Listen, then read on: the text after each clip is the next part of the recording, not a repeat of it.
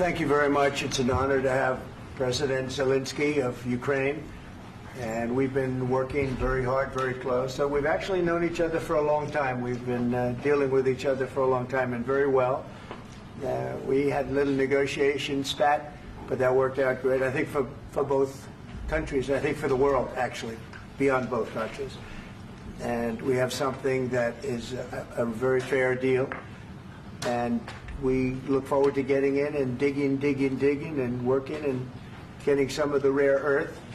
But it means we're going to be inside, and it's a big commitment from the United States, and we appreciate working with you very much.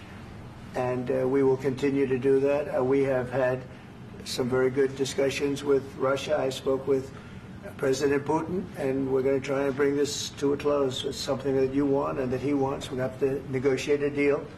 But we've started the confines of a deal, and I think something can happen. The big thing is the number of soldiers, mostly at this point, but soldiers being killed. You're losing thousands of soldiers. So on both sides, we're losing a lot of soldiers, and we want to see it stop. And we want to see the money get put to different kinds of use, like rebuilding. And we're going to be working very hard. But we've had a lot of very good conversations. I will say until we came along, the Biden administration didn't speak to Russia whatsoever. They didn't speak to anybody. They just allowed this to continue. And I will say that, I'll say in front of you, you've heard me say it 1,000 times, if I were president, this war would have never happened. We would have had a deal negotiated for you without having to go through what you've gone through. But your soldiers have been unbelievably brave. We've given them great equipment, but somebody has to use the equipment. They've been unbelievably brave, and we give them great credit. This was supposed to be over very quickly, and here we are 3 years later. So I give tremendous credit to your generals and your soldiers and yourself in the sense that it's been very hard fighting, very tough fighting. They're great fighters. And you have to be very proud of them from that standpoint. But now we want to get it over with. It's enough, right? We want to get it over with. So it's an honor to have you here. Thank you very much for coming. We're going to sign the agreement at the conference in the East Room in a little while, right after lunch. And we'll be having lunch together. We're also discussing some other things. And we appreciate everybody being here. It's somewhat of an exciting moment, but the really exciting moment is when we when they stop the shooting and we end up with a deal. And I think we're fairly close to getting that, and an honor to have you. And please, if you'd like to say something. No, thank you so much, Mr. President. Thank you for the invitation. And really, I hope that this first document, will be a first step to real security guarantees for Ukraine, our people, our children. I really count on it. And of course, we count that America will not stop support. Really, for us, it's very important to support and to continue it. I want to discuss it with details further during our conversation, and of course, the infrastructure or security guarantees. Because for today, I understand what Europe is ready to do, and of course, I want to discuss with you what the United States will be ready to do. And I really count on your strong position to stop Putin. And you said that enough with the war. I think that is very important, Ben, to say these words to Putin at the very beginning of war, because he is a killer and terrorist. But I hope that together we can stop him. But for us, it's very important to, to save our country, our values, our freedom, democracy, and of course, no compromises with the killer about our territories. But it will be later. And of course, what I wanted, we spoke about it by phone with you, about the drones production. We have very good drones production. I think the best one in the world for today because of the war. Yes, and of course, we need very much the air defense. You have the best air defense in the world, and really you helped us under attacks of Russians. And I want to speak how we can exchange the licenses. We're open to share the licenses of all our drones with you, of course, with the United States. And we need licenses for quick production of air defense. Even after the war, we need our nation to be calm, that we are secure. So that's why we need this air shield. And of course, About this, I want to speak about the contingents. I think that France and UK already spoke to you, and we know that Europe is ready, but without the United States, they will not be ready to be as strong as we need. And then the last point, last not least, about exchange, about our people and children. And you know that these crazy Russians, that they stolen 20,000 of children, Ukrainian children. They changed their names, they changed their families, relatives, and now they're in Russia. We want to bring them back, and really, it's a big dream, task, and goal for me, and our warriors.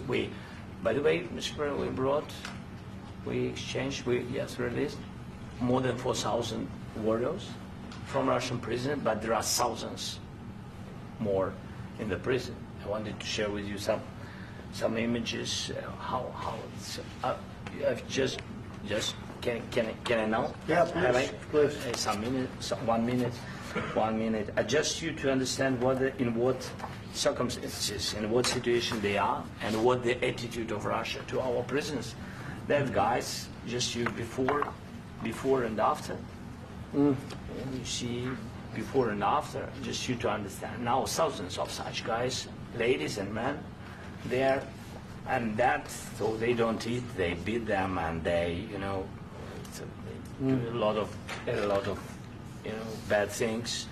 So out of, even during the war, there are rules. Everybody knows there are rules during the war. So these guys, they don't have any rules. You see that 50, 60 kilograms left, and a lot of such things.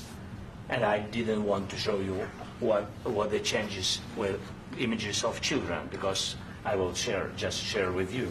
And I mean, it's looking tragic. Yeah, that's tough stuff. Yeah, I wanted very much to give you, and you see it. Yeah.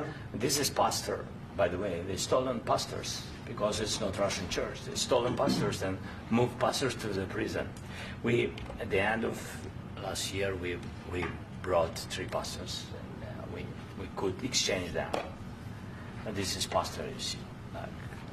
Yeah, it's tough. Yeah, so I mean, this I wanted to show you, and this. So thank you very much. We want to get that ended, right? Yeah, of course. We And will. I think we will. And We have to, of course. do you have any questions, please? Thank you, Mr. President. With the, how much money is the U.S. going to put into the fund that is being created today, and how does this provide long-term security for Ukraine? Well, we don't know exactly how much, because we're going to be putting some money in a fund that we're going to get from the raw earth that we're going to be taking and sharing in terms of revenue. So it's going to be a lot of money will be made from the sale and from the use of raw earth. And as you know, our country doesn't have much raw earth. We have a lot of oil and gas, but we don't have a lot of the raw earth.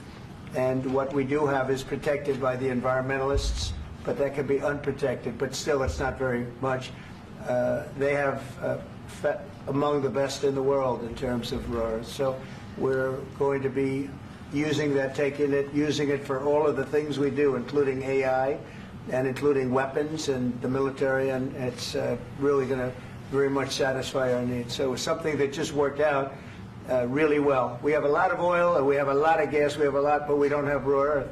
So this has just about every component of the raw earth that we need for computers, for all of the things we do. This puts us in great shape. And on long-term security for Ukraine, how does this provide? I think they're going to have great luck. I think once we make the agreement, that's going to be 95% of it. They're not going to go back to fighting. I've spoken with President Putin, and I feel very strong. I've known him for a long time, and I feel very strongly that they're very serious about it, and we'll make a deal. And when the deal is made, I don't think we talk about security. Everyone's talking about the other day. All they talked about was security. I said, let me make the deal first. I have to make the deal first. I don't worry about security right now. We have to have a deal, because right now, last week, 2,000 soldiers died on both sides. 2,000, and they're losing 1,000, 2,000, 3,000 a week. So as we sit here and we talk, people are getting shot and dying on the battlefield. And, they're not American soldiers, but they're Russian soldiers and they're Ukrainian soldiers, and we want to be able to stop it. And we want to be able also to spend money on other things. We don't want to, this is a tremendous amount of money. And what the Biden administration did was terrible. They were giving money, but they had no security on the money. Europe, as you know, gave much less money, but they had security. It was in the form of a loan. They get their money back, and we didn't. And now, at least we're protected because the American taxpayer has to be protected too. But this is an incredible agreement for Ukraine because we have a big investment in their country now, and what they have, very few people have. And we're able to really go forward with very, very high-tech things and many other things, including weaponry that we're going to use in many locations, but that we need for our country. Mr. President, This allows us to do this. will you continue sending military aid? Yes, go ahead, please. If I can just, yes. In the document, there is one of the very important points. If we speak about business and investment, we never had LNG terminals in Ukraine. This document will open. I mean, the next document, but anyway, here we see in the framework, we see really goodwill for this. LNG terminals for us is very important, and I think for security of European continent. We have the biggest storage, gas storage. We have the biggest in Europe. Yes, yes, and we can use it. Use it for LNG, use it for LNG, and we will do it. And really, we can help Europe because Europe really helped.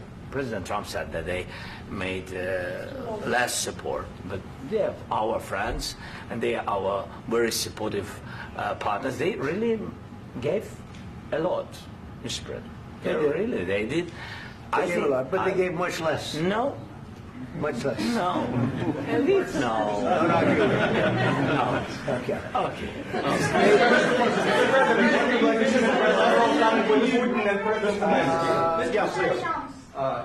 Mr. President Trump, you have repeatedly called the deal with Ukraine as a historical one. And as a President of the United States, you make historical decisions in other issues which affect America and other world. So what place in the world history do you want to take? And do you associate yourself with any famous historical figures? Yeah, I'd say George Washington, Abraham Lincoln. I would say I'm far superior to George Washington and Abraham Lincoln. Now, you know I'm only kidding, right? Because when I say that, the fake news is going to go wild. They're going to say he considers himself to be better than Washington. But you never know. You never know. I don't compare myself to anybody. I'm here to do a job. We've had a great 35 days or whatever it might be, a month, a little more than a month. We've accomplished tremendous amounts. Not only this would be a very great achievement if we could get the war stopped and get them back to normalization. I think that's going to happen. We've had very good talks on both sides, as you know. But I think we've done a very good job, just generally. If you look at all of the things we've done in 30 days, they're saying there's never been a opening for a president. The first month, there's never been a first month like we've had. And this is one of the very important things. This, to me, is one of the most important things because we have tremendous death taking place as we speak, and I don't want to have that. You know, think of the parents, whether they're in Russia or Ukraine, think of the parents of all these people being killed needlessly. They came to our territory. Should have never started. This would have, if I were president, this would have never started. Mr. President, where has allowed your commitment? Mr. President, will you continue sending military aid to Ukraine after the U.S. signs this agreement with Ukraine? Yeah, we're going to be continuing. To President Zelensky, do you feel like the U.S. is on your side? That President Trump is on your side at this moment? What do you think? He wants to know, do you think that, sort of a stupid question. I guess we wouldn't be here if I wasn't. I think that the United States on our side from the very beginning of occupation, and I think that President Trump on our side, and of course, I'm sure that the United States President will not stop support. This is crucial for us. It's important for us. Yes. And Putin, the president speaks about the people and the soldiers which are dying, but they came to our territory, they came to our land. They began this war, and they have to stop. And I think this is the question, with really the most important question. Can President Trump, I hope yes, with some other allies, to stop Putin, withdraw these enemies, our enemy, withdraw these troops from our land? And I think that you asked about the history, I think that if President, or when, he will stop Putin, if President Trump will bring peace to our country, I think he will be on this wall in time. We've had very, very good talks. Military aid to Ukraine. President Zelensky just said that there will be no compromises with Vladimir Putin. I just wanted to ask both of you. Firstly, are there compromises that you think that President Zelensky is going to have to make? And President Zelensky, is there anything that you might be thinking that you may be able to offer or bring to the table, for example, elections? Thank you. I think you're going to have to always make compromises. You can't do any deals without compromises. So certainly he's going to have to make some compromises, but hopefully they won't be as big as some people think you're going to have to make. That's all. That's all we can do. I'm here as an arbitrator, as a mediator to a certain extent between two parties that have been very hostile. To put it mildly, they've been very hostile. There's been a vicious war. There's been a vicious war. You know, it's a very level battlefield, and those bullets go out, and as I've said many times, we were talking about it with Pete, many times the only thing stopping those bullets is a human body. And in the case we're talking about, generally young human bodies are stopping a lot of bullets.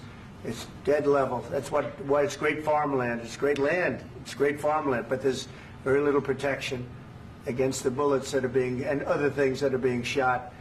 So all I can do is see if I can get everybody at the table and get an agreement. And I think we're going to end up with an agreement. Otherwise, I wouldn't probably be even here today.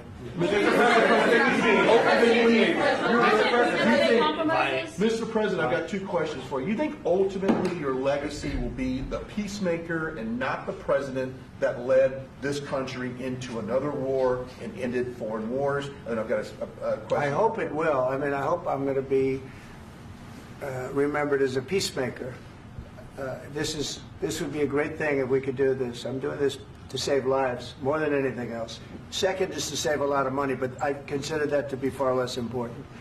So I hope I'm going to, thank you, Brian, for that question. It was a nice question. I hope I'll be known and recognized as a peacemaker. This would be a great thing to solve. This is a very dangerous situation. You know, this could lead to a third world war. This was headed in the wrong direction. If this election were lost, if we didn't win this election, and we won it by a lot, that was a mandate. We won every swing state. We won the popular vote by millions and millions of votes. We won everything. The districts, you look at the areas of red, take a look at a map. This was a big mandate, and this was one of the things. I said, we're going to get this thing settled. If we didn't win, I think this could have very well ended up in a third world war, and that would not have been a good situation. What was your second question? And my second question for President Zelensky. Why don't you wear a suit? You're at the highest, why don't you wear a suit? You're at the highest level in this country's office, and you refuse to wear a suit. Just want to see if do you own a suit? Yeah, problems. A lot of Americans have problems with you not Really? respecting the dignity of this office. I will wear a costume after this war will finish. Okay. Yes, maybe one. Maybe something like this. Something like Yes, yours. sir. Yes. That'd be great. Maybe something better. I don't know. We will see. Maybe something cheaper than. Yeah. Thank you. Thank you. President Thank you. Trump. Thank you, President Trump. You said yesterday that you have. Are you going to send more arms to Ukraine in case there's no peace? Yeah, we're going to have arms to Ukraine, yeah, sure. Hopefully I won't have to send very much, because hopefully we're going to have it finished. We're looking forward to finishing this quickly.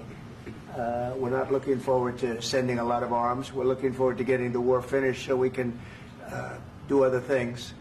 But we very much appreciate the agreement, because we needed what they had, and we're treating, you know, our country is now treated fairly. Biden didn't do that.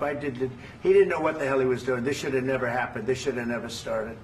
But you know, sure, the answer is yes, but hopefully we won't have to send much because I'm looking forward to getting it done quickly, very quickly. Does that mean you'll provide security guarantees, Mr. President? I don't want to talk about security yet because I want to get the deal done. You know, you fall into the same trap like everybody else. A million times you said over and over, I want to get the deal done. Security is so easy. That's about 2% of the problem. I'm not worried about security. I'm worried about getting the deal done. The security is the easy part. Security is very nice. Everybody stopped shooting. And now will Europe put people there? I know France is going to. I know the UK is going to. I know other countries are going to, and they happen to be right next door. We haven't committed, but we could conceivably. You know, we have security in a different form. We'll have workers there digging, taking the raw earth so that we can create a lot of great product in this country. So in that sense, you have something, but we haven't determined that yet. I will say, in speaking to France and in speaking to, and they were here, as you know, last week and just the other day, they have committed to a lot of security. I don't think you're going to need much security. I think once this deal gets done, it's over. Russia's not going to want to go back, and nobody's going to want to go back. When this deal ends, I really believe this deal is going to be over. Yeah, please go ahead. Go ahead. Thank you so Mr. President, thank you. You had Mr. Macron and Keir Starmer at the White House this past week, both of whom praised your courage and conviction to lead the pathway towards peace. Yes. Part of that involved, though, re-engaging Russia in diplomatic relations, something that previous leaders lacked the conviction to do so. What gave you the moral courage and conviction to step forward and lead that? Well, I love this guy. Who are you with? One American News, sir. Well, that's why I like him. One American News does a great job. I like the question. I think it's a very good question. It's a pathway to peace. It's a pathway to getting something solved. And I feel that as the head of this country, I have an obligation to do that. Plus, you know, we're very much involved. We got involved. It's too bad we got involved because there should have been no involvement because there should have been no war. And there shouldn't have been October 7th. That would have never happened. As you know, Iran was broke. They had no money to give to Hezbollah. They had no money to give to Hamas. They were stone cold broke. And then under Biden, they became rich as hell. They went from no money to $300 billion in a period of 4 years.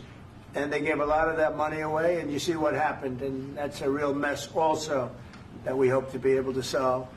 But no, I appreciate your question very much. I feel I have an obligation to try and do something to stop the death.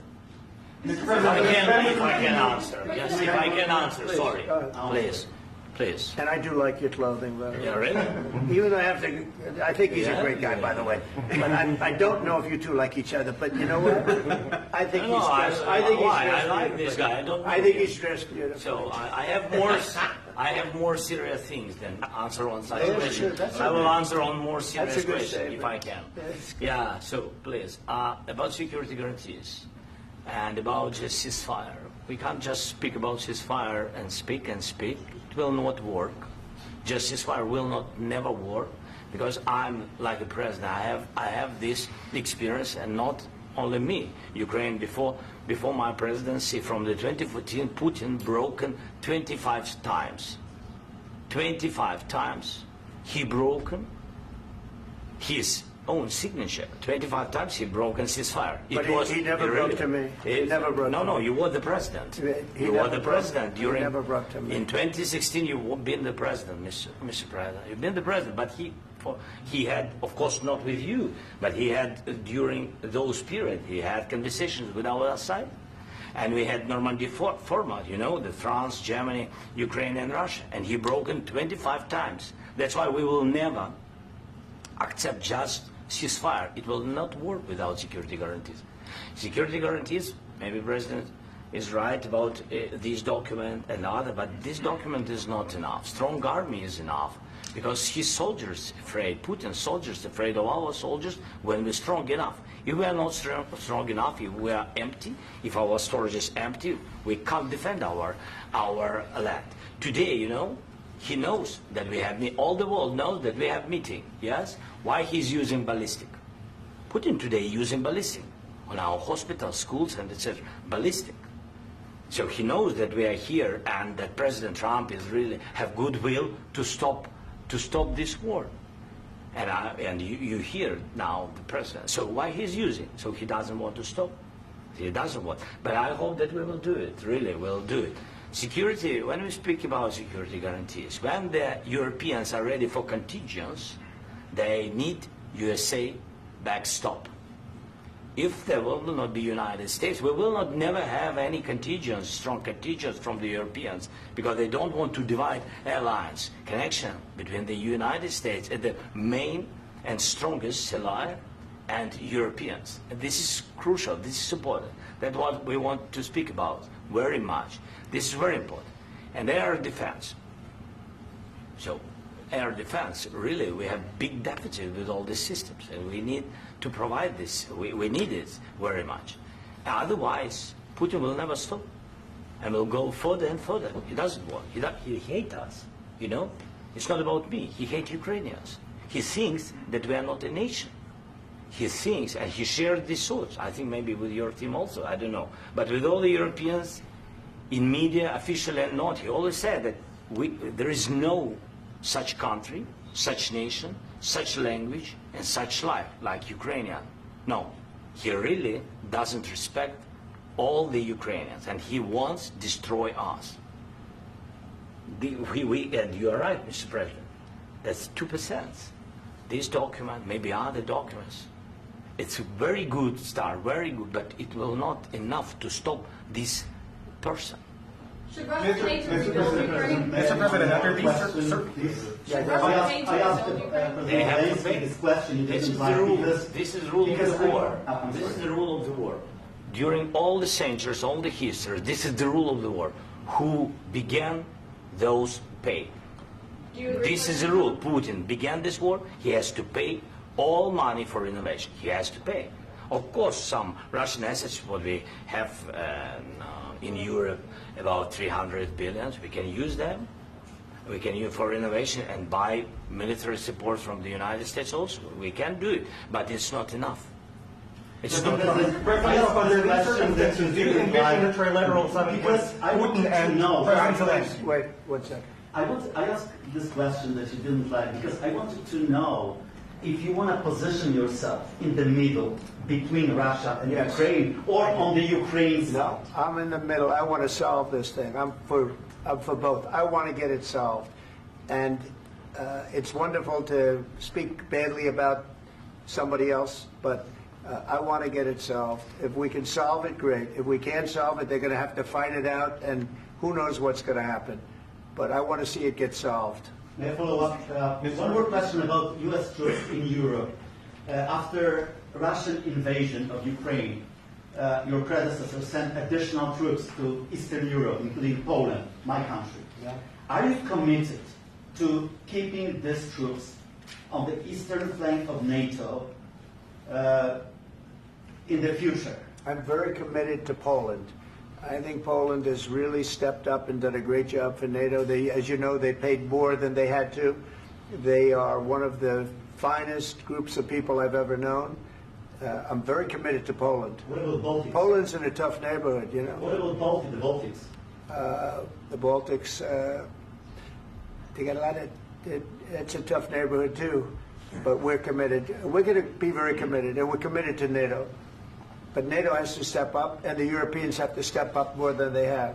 And I want to see them equalize, because they are in for far less than we're in. And they should be at least equal. You understand that?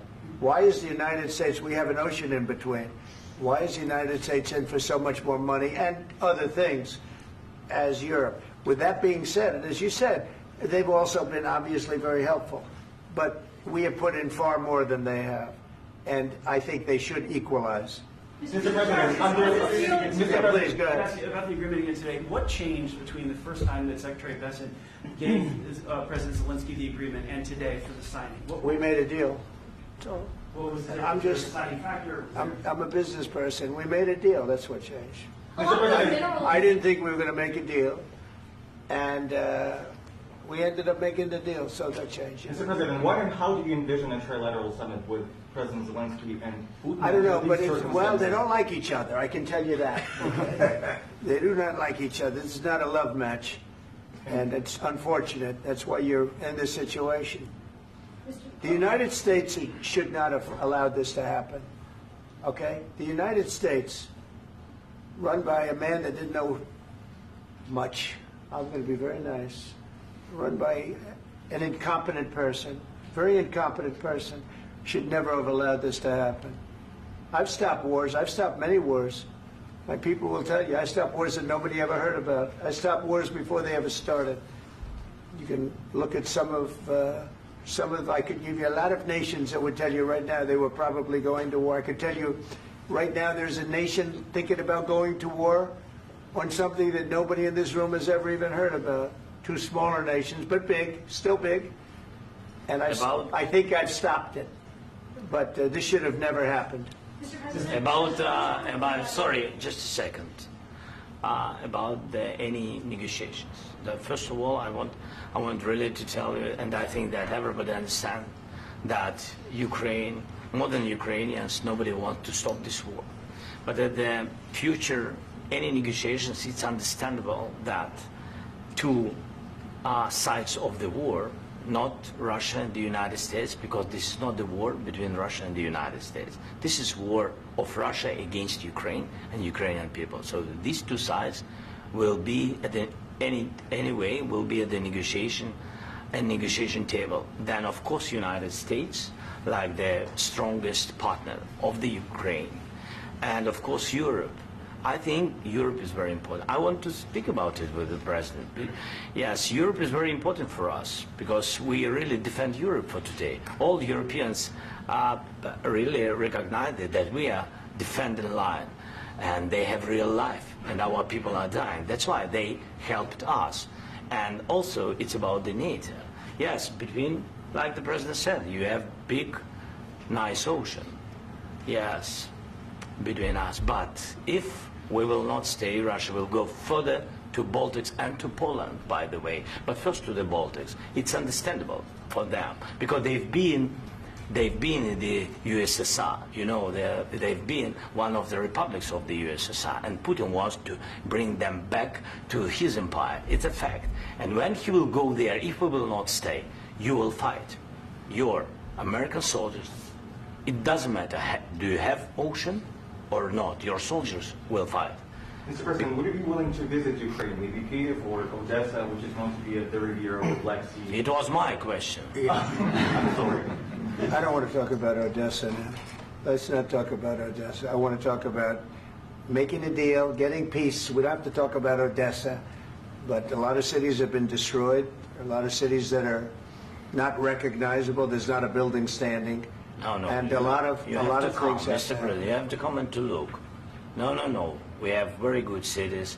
Yes, a lot of things have been destroyed, but mostly cities alive, and people work, and children go to school. Sometimes it's very difficult. Sometimes closer to front line, children have to go to underground schools or online. But we live. Ukraine is fighting, and Ukraine lives. This is very important. And maybe it's Putin is sharing this information that he destroyed us. No, he lost 700,000 people, 700,000 soldiers. He lost everything. Yes. So. Mr. President, one more. I mentioned Poland. Please, go ahead. When did you last speak with President Putin, and what did he say that? A couple of days ago. And what did he tell you that gave you the assurance that he wanted peace? Well, that's what I do. My whole life is deals. I know pretty good. And I've known him for a long time. I've dealt with him for a long time. He had to suffer through the Russia hoax. You know, Russia was a hoax. It was all Biden. It was nothing to do with him. So he had to suffer through that, and he was able to do that. I think that he wants to make a deal, and he'd like to see it end. That's all I do. That's what I do. My whole life, that's what I do is make deals. And I'm in the middle of a mess because this is a real mess. It's a very dangerous one. If this doesn't get solved now, it's not going to get solved for a long time. So I hope we're going to get it solved. In the back, please. Thank you, Mr. President. Prime Minister Starmer claimed repeatedly that his government believes in free speech and was not engaged in censorship. But his country's government arrests people for memes and thought crimes, and even more worrisome is pressuring American companies to censor Americans on his behalf. How can he be a reliable, trustworthy partner when he says things that are demonstrably false on such an important topic? Well, we actually spoke to him about that yesterday, and we thought they took it very, very much too far. JD was very strong on it. So was I. So was Marco. And we've been speaking to him about it. Marco, would you like to say something about that? We have concerns, obviously, with the conduct of those, particularly as it impacts Americans. And there's real concern that American speech, which is online, could fall into the hands of British or any country's jurisdiction. And so this is a point the Vice President made at Munich, and I think it's a very compelling one that what unites us with Europe, as much as anything else, is these shared values, and one of them being free speech. And so if Americans are threatened by it, we're going to need to take action in that regard. Mr. President.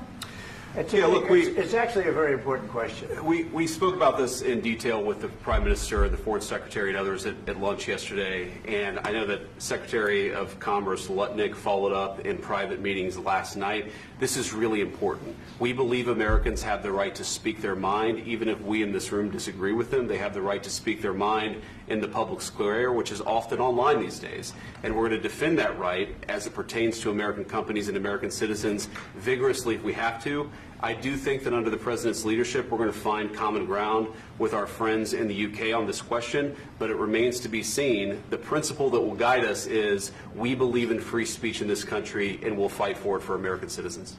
Mr. President, on the deal, is there any other oil and gas component to the deal? Is it all critical? A little bit.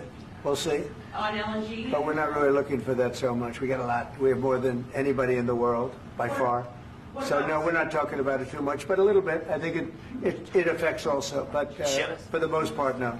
And sir, is there any agreement from Ukraine to purchase U.S. LNG as part of the deal, or is that on the table at all? No, we don't need that. Mr. President, I just wanted to ask you about, you just mentioned that you'd spoken to Vladimir Putin a couple of days ago. Just to be clear, that's a new call, not the one that you... I've spoken to him on numerous occasions. Okay. And how was the latest call? What did you discuss? How did it go? Are you serious with that question? I am. I'd love to know. It went well. I think we're going to have a deal. On the minerals deal, Mr. President, some of those minerals are in the east of Ukraine, not far from the front lines and in areas that Russia has occupied. Will you direct President Putin to withdraw his forces from those areas if there's U.S. interest? Well, we'll take a look at the time. We have a lot of area. It's a very big area we're talking about, so we'll take a look. I'll study that, and I'll see. And who would protect those minerals if they are U.S. interests? Would that be Ukrainian They'll forces? be protected. The agreement will protect them. U.S. The agreement, yeah, we're signing an agreement. Right, but what if Russia tries to invade or there's Russian aggression in those spots? I just told you I don't think that's going to happen. And if that were going to happen, I wouldn't make a deal. If I thought that was going to happen, I wouldn't make a deal. Some people may wonder why... They ought to focus on CNN on survival, not asking me these ridiculous questions. Focus on surviving, because CNN's got such low ratings, I don't think they're going to survive. Let's go. Please, go. I already mentioned Poland. Poland was under Russian control for decades after the Second World War. When I was a kid, I looked at the United States not only as a most powerful country, richest country in the world, the country that has great music, great movies, great muscle cars, but also as a force for good. And now I'm talking with my friends in Poland, and they are worried that you align yourself too much with Putin. What's your message for them? Well, if I didn't align myself with both of them, you'd never have a deal.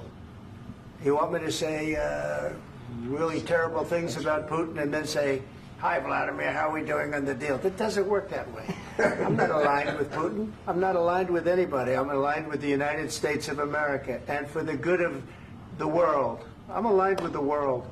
And I want to get this thing over with. You see the hatred he's got for Putin. It's very tough for me to make a deal with that kind of hate. He's got tremendous hatred. And I understand that, but I can tell you the other side isn't exactly in love with, him either. So it's not a question of alignment. I'm aligned with the world. I want to get the thing set. I'm aligned with Europe.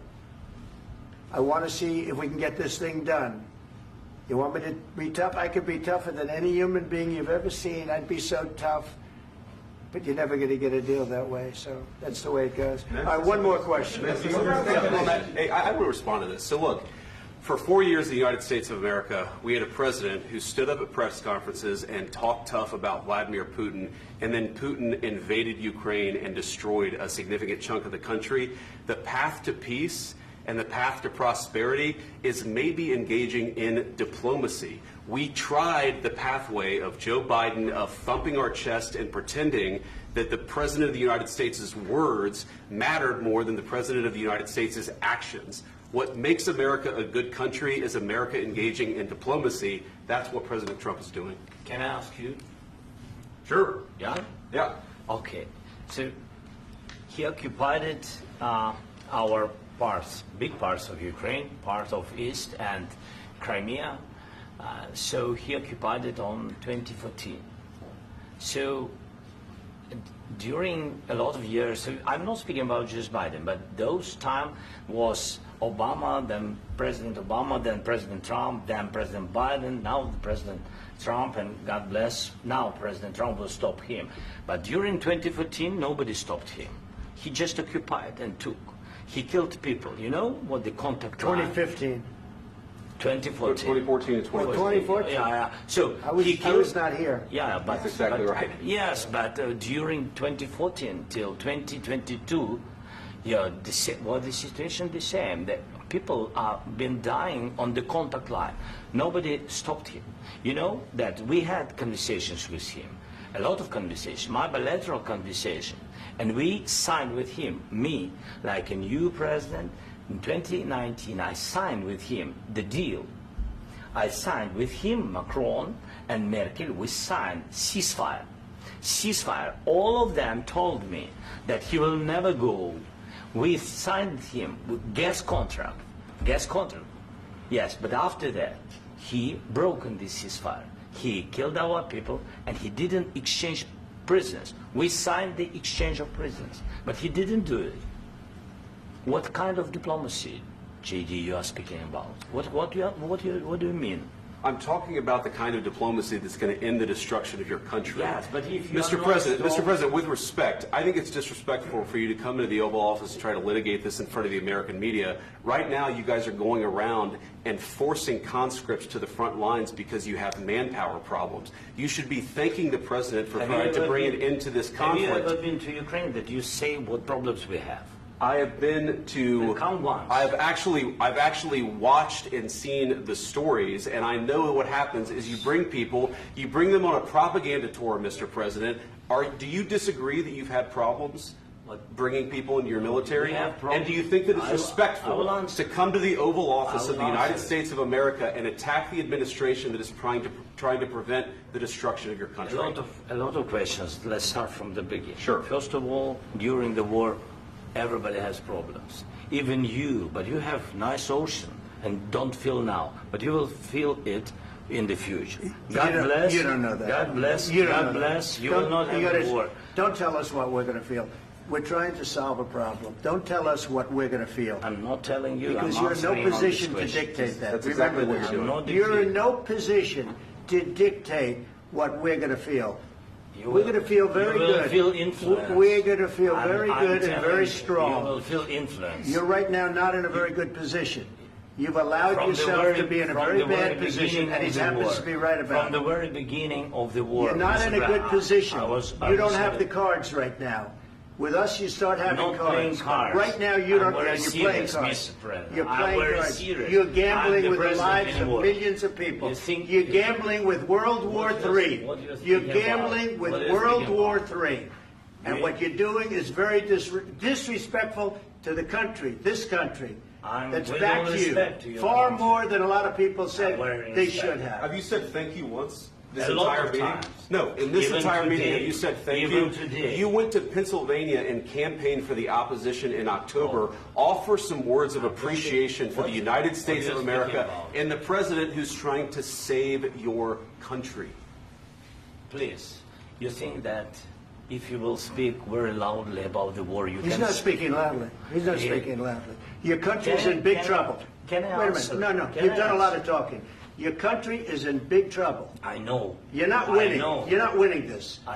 You have a damn good chance of coming out okay because of us. Mr. President, we are staying in our country, staying strong from the very beginning of the war. We've been alone, and we are thankful. I said thanks you haven't in been this alone. cabinet. You haven't been alone. In this cabinet. We gave you, through I this said stupid president, $350 billion.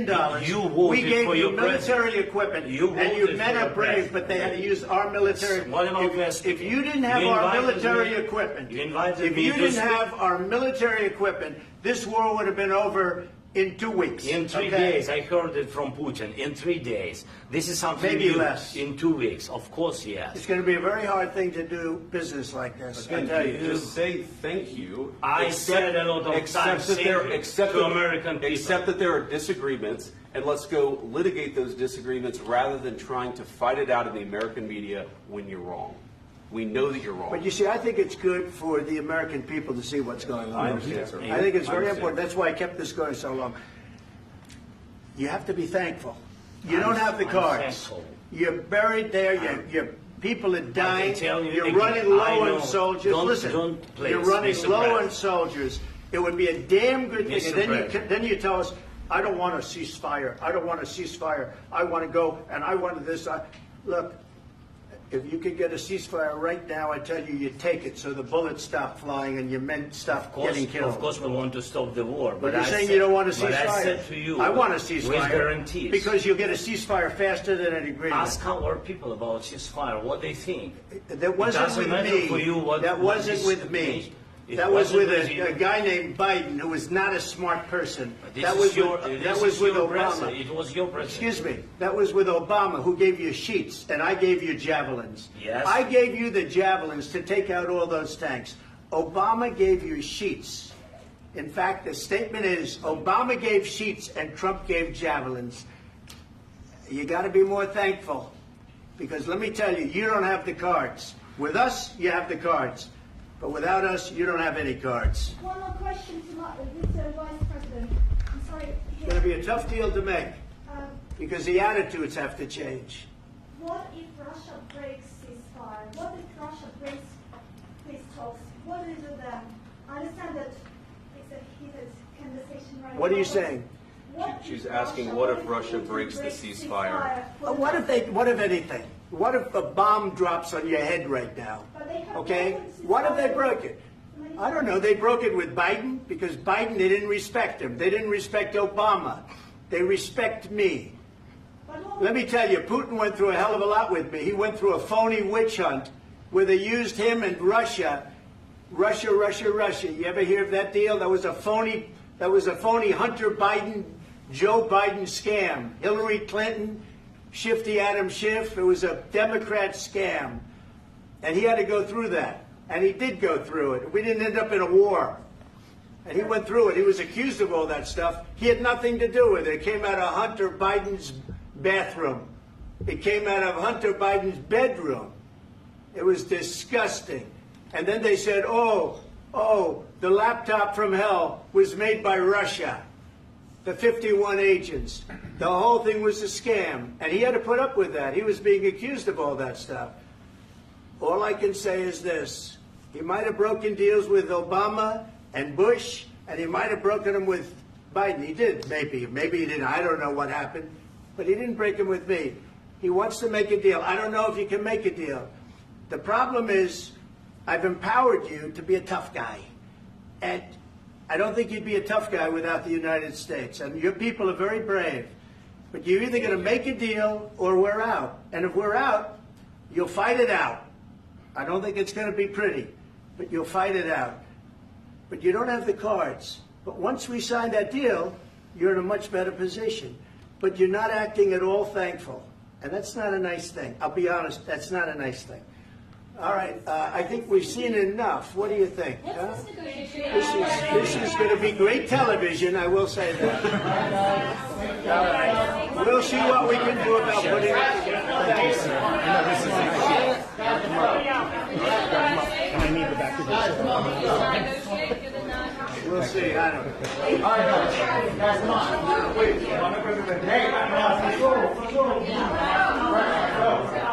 guys, come on. Let's move, please.